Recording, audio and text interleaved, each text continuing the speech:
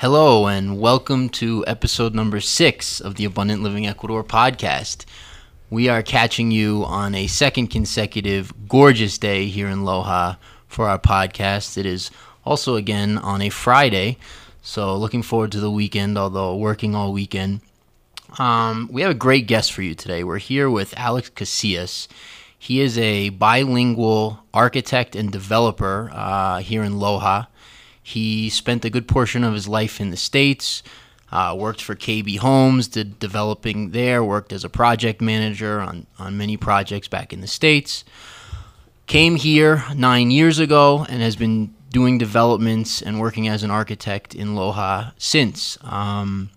So we wanted to give you some insight into the current environment for business, for construction, and give you some insights into building and prices and those sorts of things from somebody who does really high-end and excellent work here in Loja as a architect and developer. So thank you so much for being with us, Alex. Well, thank you for having me. So we'd also like to, based on Alex's background, give you a little bit of an idea of, from his perspective, what it's like having a family here, some of the lifestyle benefits of living here in Loja, and anything else that he'd like to talk about.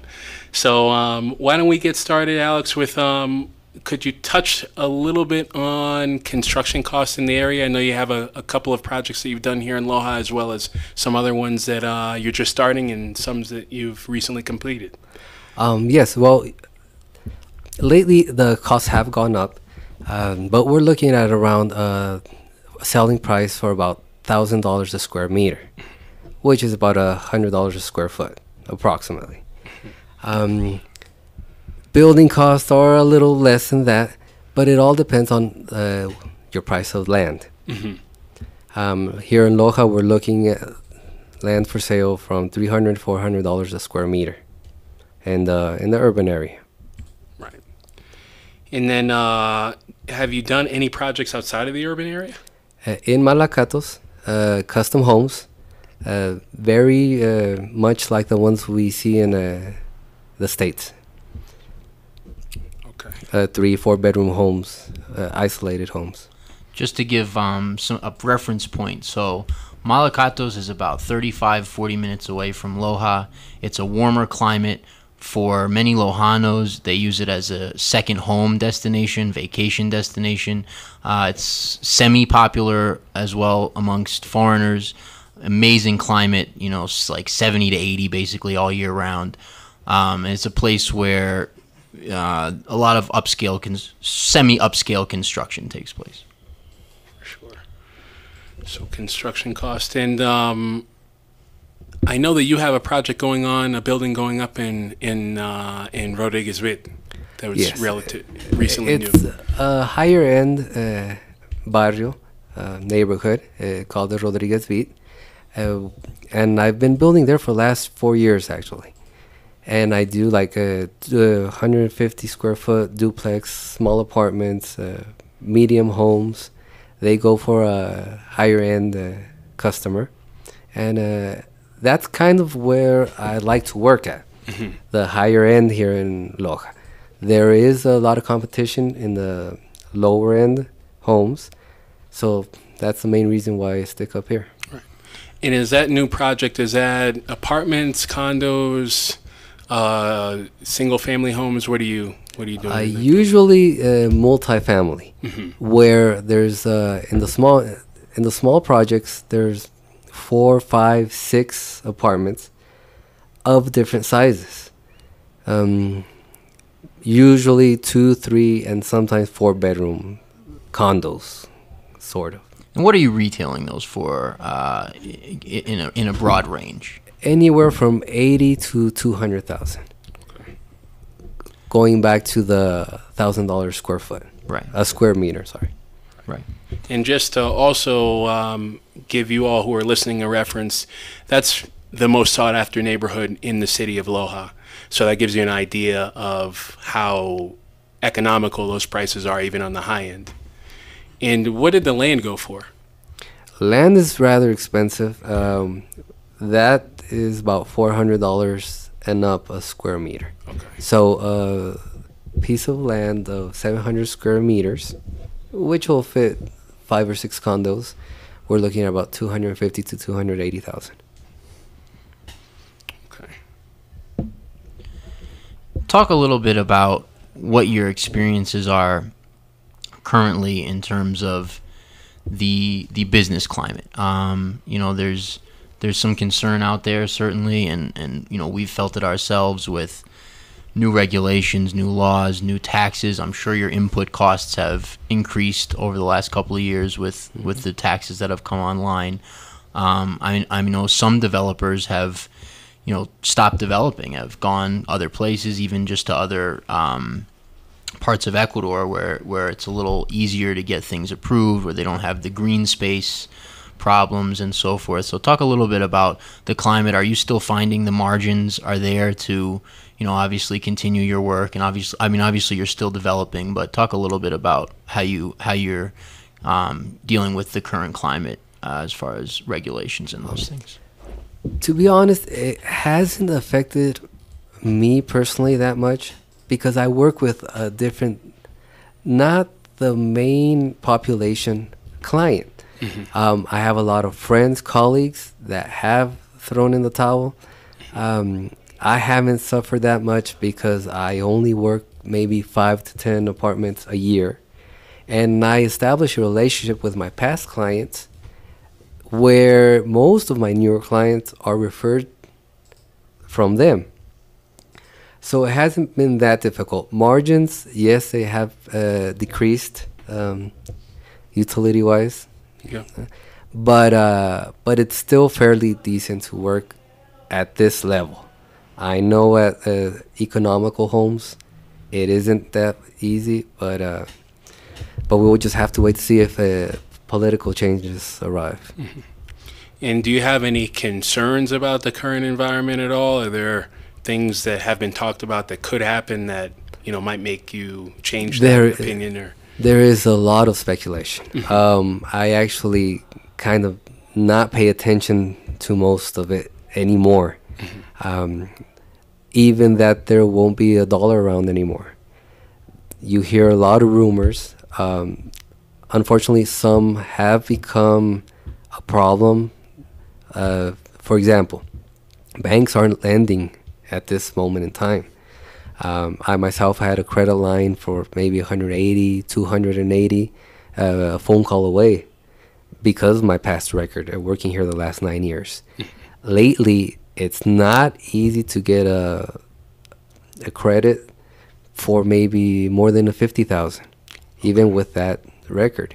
So in that part of business, it has become more complicated. Yeah. So let's dive in for a second to a little bit of your past. So you were in the States for a long time. You came back to Ecuador. What made you decide to move back to Ecuador? And, why are you here? Main reason is family. To be honest with you, my first child was born in California. He was 5 when we moved back. I got to know my kid when he was 5 years old. Because you know what schedules are like. A commute, I would leave home 6 in the morning, won't make it back till 7 o'clock at night. My baby was asleep. Right. We work on Saturdays, sometimes Sundays. Right. And so I didn't have any time with my family. That is the main reason we moved back. Schedules here and distances, they're accommodating. Yeah. I get to have lunch with my family every day, spend weekends with them. That's the main reason I'm here. I wouldn't change it for the world. And I have 3 kids now, and I get to actually be part of raising them. Spend time with my wife, spend time with even the family members I don't want to see. They're there. But that family life, friends. I get to share many of my hobbies with other friends, with other people. I get to meet newer people. There's just that more amount of time where you can share with other people or you can just have for yourself. Yeah, I know that's one of the things we love most about being here, is just not only the extra time that you get, but the extra time that everybody else around you gets. You know, I don't have children myself yet, but I really enjoy, waking up early in the morning on my way to work and seeing parents taking their kids to school. That's pretty cool and something to look forward to. Yeah, there's been many times where I see you maybe Friday night. You're like, I'm driving around and you're there, and I get to say hi for a minute. It's just that type of ambient. Yeah. Yeah, those quality of life things might be my favorite, other than the natural beauty and the like local food that's really good, like fruits and vegetables and stuff. Yeah. The quality of life stuff is exceptional here, from my perspective as well. It's one of my favorite things about being here. Yeah, like I was just in Vilcabamba showing a property, I don't know, maybe 20 minutes ago. I just got back. On the way back, I got a fresh coconut water and, a couple of mangoes. I maybe paid, I don't know, less than $3 for that. There's no way I would be able to do that at home. Like, by coconut water, he means they opened a coconut and stuck a straw in it. Right. Not a bottle. Not in a bottle. Right. Fresh out of the coconut. And they had it in the freezer. Like a beer refrigerator was very, very cold. So. Yeah, no, those things here are fantastic. I was also, not seeing my daughter when I was living back in the States and in school and working and was very stressed out. I was making the point in a previous episode that it's just hard to be stressed out here. Like, I don't know. I mean, obviously you can be stressed about things in your life, but I just mean on a day-to-day basis in terms of just being stressed out, running around, lots of pressure. It just doesn't really exist. I don't even know if you could put that on yourself if you tried here. I agree. Most of the time, well, there are problems at work. There's problems at home. There's always something. But there is a time where you can put them aside and like focus on the good things of life.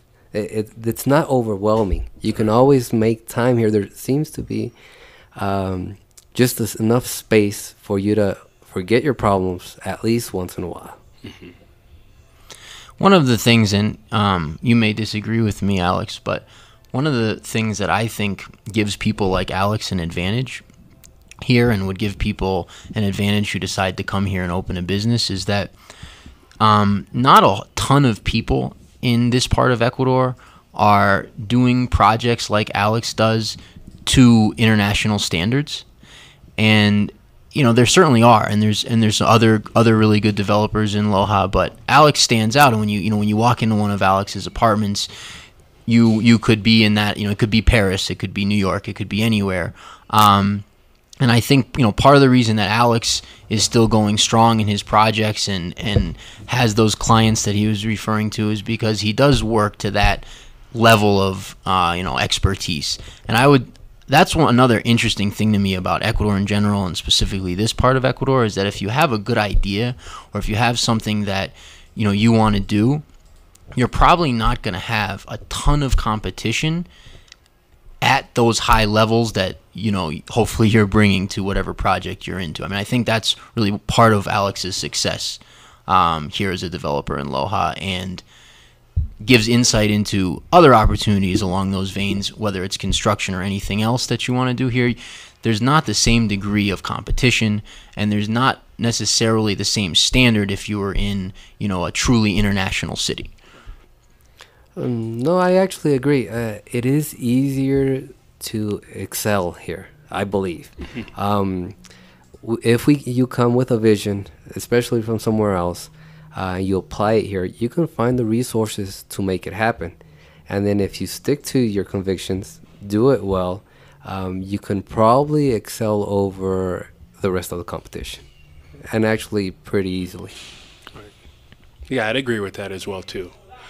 I think part of that is tied to what we were talking about before with the quality of life and family life and things like that. People are not necessarily as focused on work in general like they are at home, at least from my perspective, and you might disagree with this. It just seems to me as though most people kind of take the approach is, if I can, work just 3 or 4 days a week and, I have enough money to, take my kids to the water park on the weekends and, have a little bit extra to go have a couple of drinks with my buddies. It's not really important to, go that extra mile in business. Yeah, I agree. Definitely. I mean, it's Friday afternoon. You can probably find most of your friends just about ready to have a drink. Or Thursday afternoon. Thursday. Or Tuesday night. Getting prepared for Friday. I mean, we joke like there's 2 days a week. Well, really one. There's really 1 day a week. You know, Loja is a fairly navigable city in terms of driving. There's not a lot of traffic. Most places you can park, but there's a certain section of Loja, you know, downtown Loja, where parking can be, you know, not super difficult, like if you're from New York or something, but you know, parking is at more of a premium.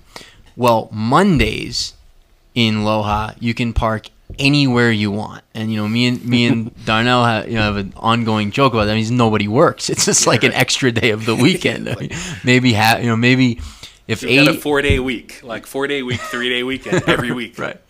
And you know, the parking is very indicative of that. So it's a different show here. You don't have that. It's like, you know, that American ethos, and I don't know, maybe it's less so in Europe. I haven't spent a lot of time there, but that American ethos of, you know, work.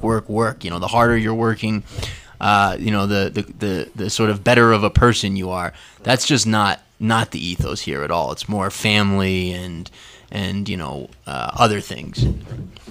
And for the most part, I mean, 9 times out of 10, that's a good thing. Unless you're trying to get things done, and then sometimes it's then it can be frustrating.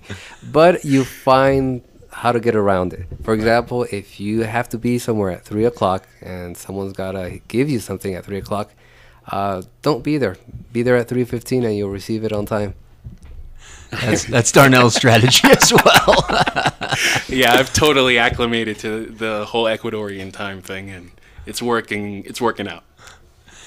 So, Alex, talk a little bit about the process. So you want to, let's say, build an apartment building. Obviously, you've got to buy the land, but let's say you've bought the land. Now you've got to go through the various agencies for permissions. Talk a little bit about that process, the time frame involved. You know, is there extracurricular stuff you've got to deal with? Are you going through side doors, or is it mostly all through the front door? You know, give our listeners a little insight into that process. Sure. It is time consuming. Process takes a while.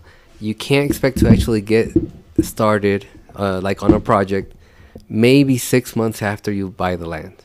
Of course, you have to take in design time, engineering time, but the process in the municipio, city hall, municipality, it takes a while, and it's frustrating.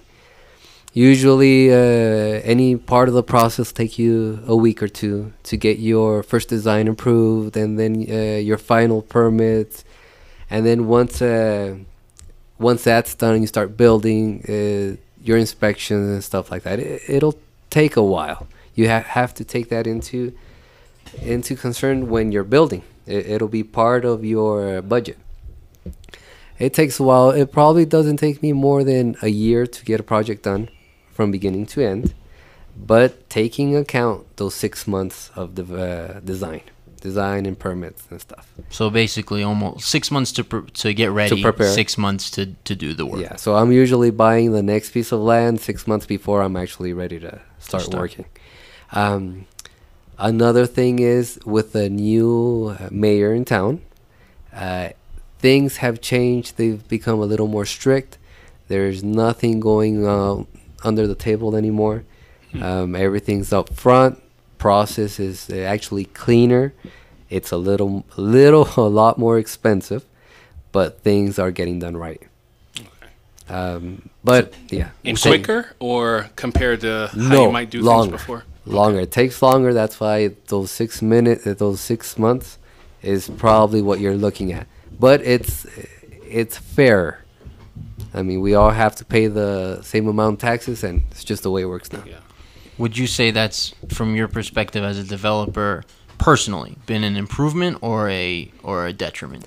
Coming from the States, it's an improvement, but I was kind of spoiled for a while, where if I want to start building 3 months earlier, I can make something arrive, and I would get my permit 3 Sure. months earlier. Not anymore. Okay. So So no more those back doors. No, Yeah. no more. No more. Not that I know of. Yeah. Well, keep looking. You might find one. So moving back to more of the personal stuff, you were talking a little bit about here having the time to spend with family and, you know, being able to be part of your kid's life more often or more than you were able to in the States. Talk to us a little bit about schooling and medical care. That's one thing that we hear a lot about from people who are considering moving here, who have kids. You know, those are some of their two biggest concerns coming from the States. I know Jesse's got a daughter who is in private school. He's very happy with the schooling and also the price. What's that like for you? Where are your kids in school? My kids are in private school. It's one that's local, close to home. It's a very good school. Education is much better than maybe 20 years ago where I studied for a while.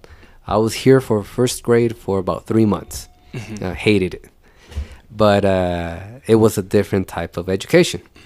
Now they're a little more up to date. They have the technology to teach your kids just about at the level they learn in the United States, and in many cases even better. We're very happy. And you establish a good relationship with your school. You can go to it. You can talk to the teachers anytime you want because of the more time you have. Prices, they run about $150 a month per kid, which is pretty comfortable for the type of education you're getting. Yes, they have to wear uniform, which makes things actually little easier at home. Right. Kids love it. Kids love it. There seems to be a little less discrimination sometimes in school than I noticed in parts of the states where I lived. Of course, it depends on where you would go. Since the classrooms are small, most of the parents know each other. Kids kind of seem to get along better.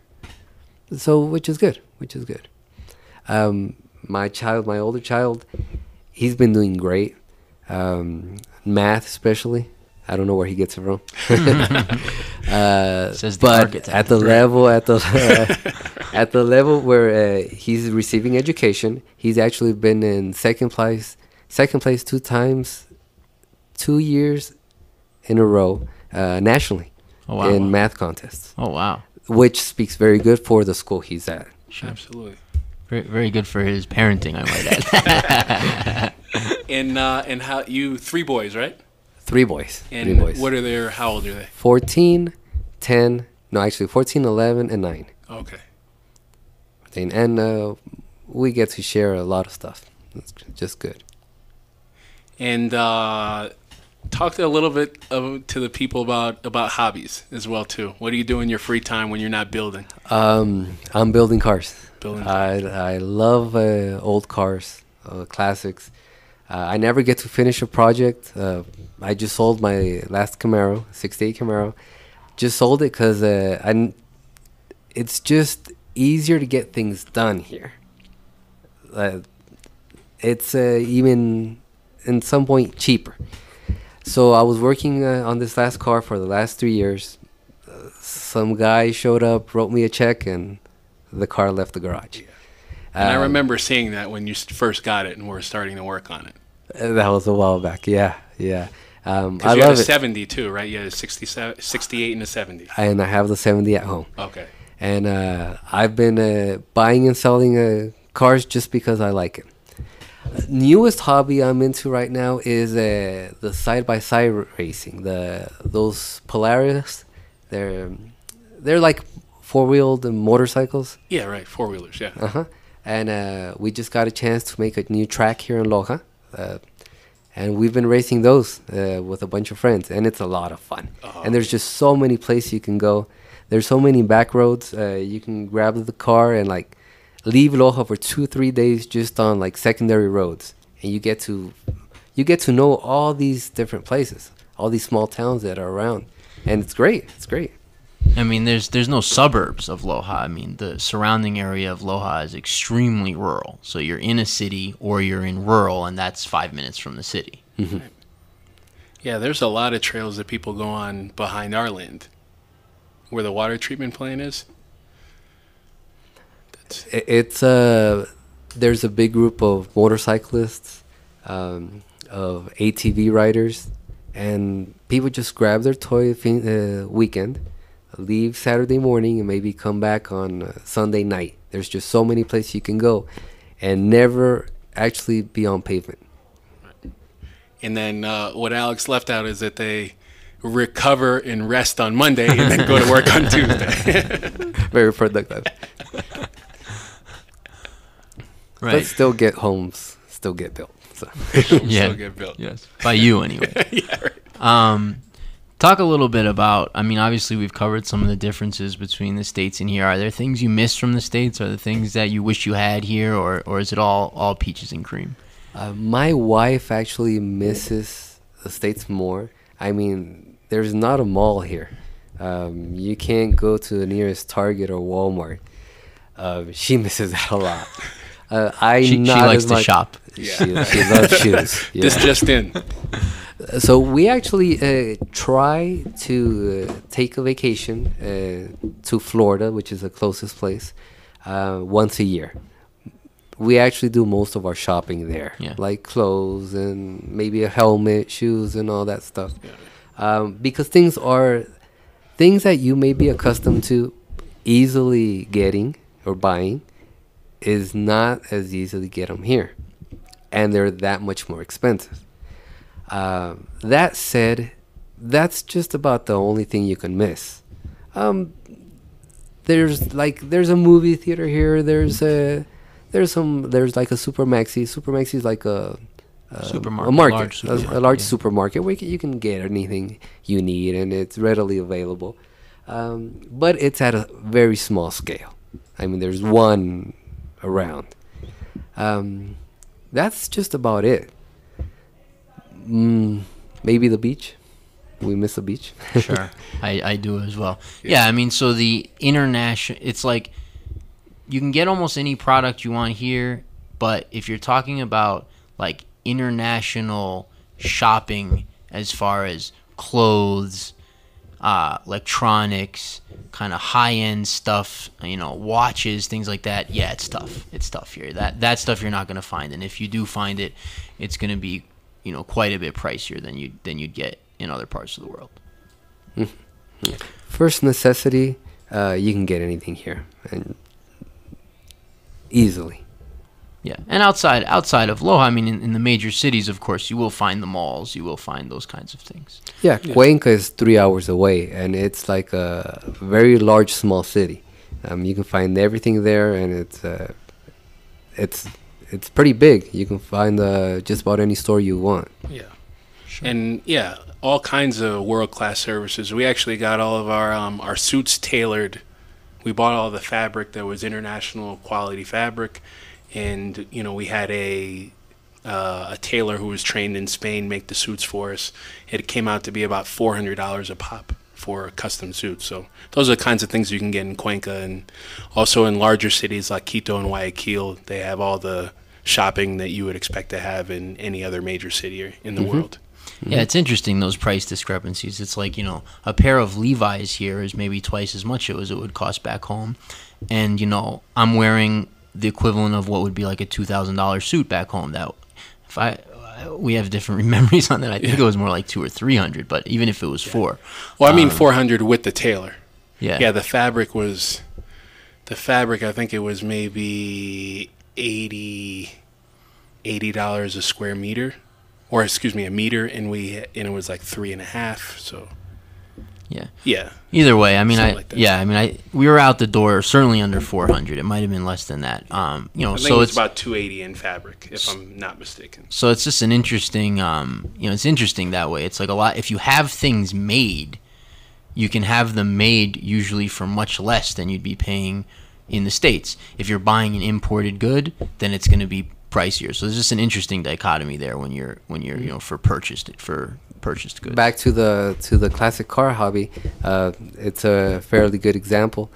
Parts for my car, like a windshield or something for my Camaro, was expensive because I would have to import them. But to get the paint job done, to get all the hand labor done on the car, was rather inexpensive. Right. So things kind of even out, even in that. Yeah, I think that's a great example. I mean, in our process furnishing our office, we were kind of frustrated with the inventory and the price, and so we just had everything made, and it came out fantastic, and it came out cheap compared to what we would have paid back home, but we just had everything custom made as opposed to buying it imported. Right. Whereas at home, it would have been the other way around. Getting something custom made would have been through the roof, and buying something, that was, that we could just go in the store and pick would have been much cheaper in comparison. Yeah, a custom kitchen can't run you less than maybe 15-20 grand in the States. You can get it for a third of that much here. Right. Yeah. With granite countertops and everything. Absolutely. What are you feeling? How are you feeling about the real estate market in general these days in Loja? Is it cooled off a bit? Is it a buyer's market, seller's market? Where's the supply and demand at? Prices? Are things moving quickly? What have you noticed recently in Loja? It has slowed down. It has.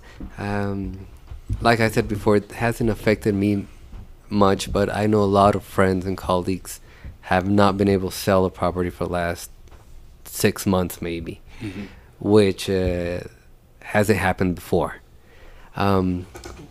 Everyone's kind of just waiting what's going to happen for next year to see if politics are going to change. A lot of the import taxes are supposed to go away in the next 8 months, but we're not sure. Sure. In the meantime, I know that land hasn't been able to sell. You can't sell a piece of land right now, even at a good price. Although I can't find one that's at a good price. We're here to help. Yet. Great.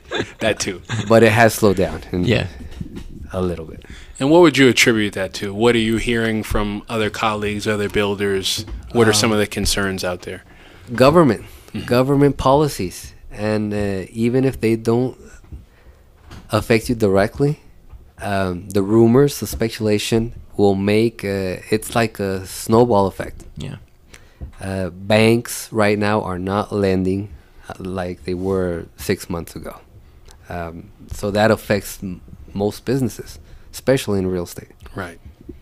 Yeah, I mean, from my perspective, a lot of the boom, relative boom that Ecuador has experienced over the last, I don't even know how many years it is, 8 years or so, really can be attributed largely to credit expansion. It wasn't that long ago where it was impossible to get a loan, and then it wasn't that long ago where everyone could get a loan to some degree. Not like the States. It's much easier in the States, but still a lot of people could get loans, high interest, the loans here. But it certainly is concerning to me, maybe not in the long term, and from my perspective, it's actually probably a good thing, but it's a bit concerning to me. As you mentioned, the banks really are reining in credit right now, so it's much harder to get a loan right now than it was 6 months ago. And I think a lot of Ecuador's economy and construction, in business, and in anything outside of government is largely tethered to, levered to credit. So it's an interesting time in Ecuador. I think, from my perspective, being in real estate and looking at it from a foreigner's perspective, it's really an interesting time to be a buyer because, as you said, not a lot of things are selling right now, and even at good prices. And so as a buyer, you can come in and really find some great deals on land in Ecuador right now because of some of those things. And obviously, as you mentioned, uncertainty is a killer. So when there's rumors, when people are not sure what the policy is going to be, a lot of times that causes inaction. And I think you nailed it. That's kind of where we're at. I agree. It is definitely the moment to invest if you're bringing income from a foreign country. You can find deals if you have the amount to purchase, and if we're a little patient, I'm pretty sure in a year or two, at the most, things will change, and all of a sudden you'll be making a lot of money. The other thing connected to that, and I'd like your feedback on this because I've heard this from a couple of other people. Does it help some certain deals to get done if people are doing, say, a cash transfer for a property and that's taking place outside of the country? Oh, definitely. I myself would rather receive payment outside of Ecuador, and I know most people would. So definitely, if you can have it wired to somewhere that doesn't come into the Ecuadorian bank, it's a plus. It's an advantage. And part of the reason for that is Ecuador has a 5% tax on money transfers leaving the country. And so, for that reason, many people prefer to receive their money outside of Ecuador and not have to worry about being taxed if they want to move it around. So, yeah, a couple of things to keep in mind. If you are in the market for properties here in Loja or in the general vicinity, some things to keep in mind, some great information that Alex has shared with us about construction cost, about his personal life, which we really appreciate. Anything else you want to add or that we should touch on? And Alex, any closing thoughts? No. Just to conclude, people seem to be very happy here. I know I am, and pretty sure it would be a welcoming place for anyone that spent some time here.